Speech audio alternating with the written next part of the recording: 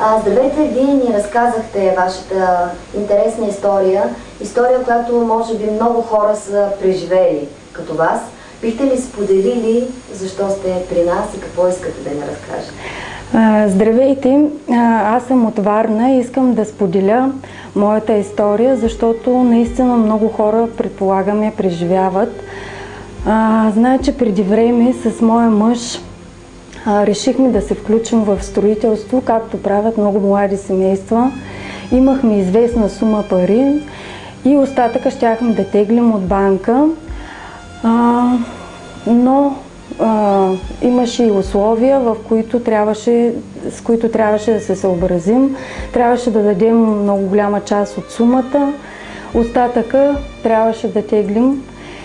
Така и стана. След година и половина нашето жилище трябваше да бъде готово и ние трябваше щастливи да се нанесем в него, но след година и половина нашето жилище така и не беше готово и ние започнахме да изнемогваме, защото през това време плащахме едновременно и наем, и заем, и парите изобщо ни не стигаха.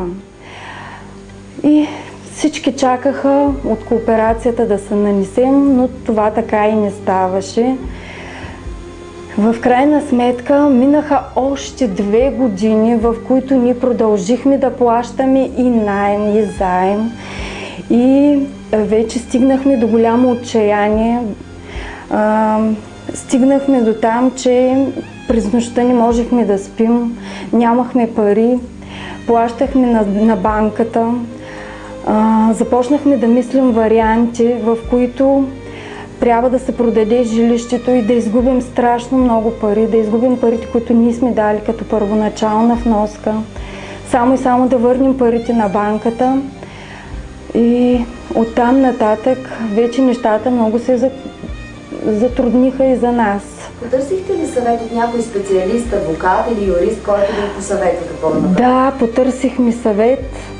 Отидахме при адвокат и той ни посъветва да продадем жилището, макар че така ще изгубим, защото тогава цените на жилищата започнаха да падат, но трябваше да върнем заема, който теглихме от банката. И тогава вече ние решихме да продаваме нашето жилище и да върнем парите на банката, макар че ще изгубим страшно много, ще изгубим нашите пари, които ние сме вложили. В крайна сметка до какво решение стигнахте? Продадохте ли както адвокат? В крайна сметка аз споделих с една приятелка моя проблем и тя ме посъветва да се обадя на жена, която на нея страшно много ѝ е помогнала.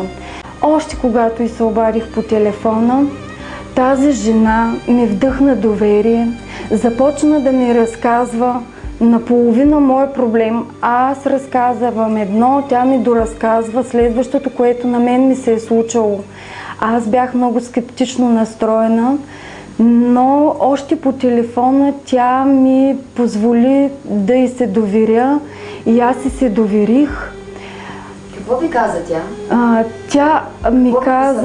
Тя ми каза точно обратното, което трябваше да направим. И това решение за мен беше лесно, защото тя ми вдъхна доверие. За съпруга ми много трудно да го вземем. Тя ми посъветва да не продаваме жилището, ние бяхме на път да го продадем. Тя ми посъветва да не го продаваме. Каза ми с точност, че след 6 месеца строителят ще продаде още един апартамент от сградата и ще довърши сградата и ще можем да се нанесем всички. Това беше невероятно. Така ли стана? Точно така стана. След 6 месеца тази жена позна, че след 6 месеца ние ще се нанесем в това жилище. И така стана. Аз не можех да повярвам. Всъщност тя ви е спасила от грешно взето решение. Тя ни спаси от това да загубим много пари. Може би щяха да възникнат и други проблеми. Може би нямаше да съществуваме като семейство.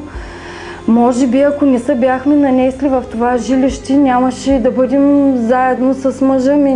Ние бяхме стигнали до големи проблеми, да. И тази жена ми помогна много. Аз съм и много благодарна.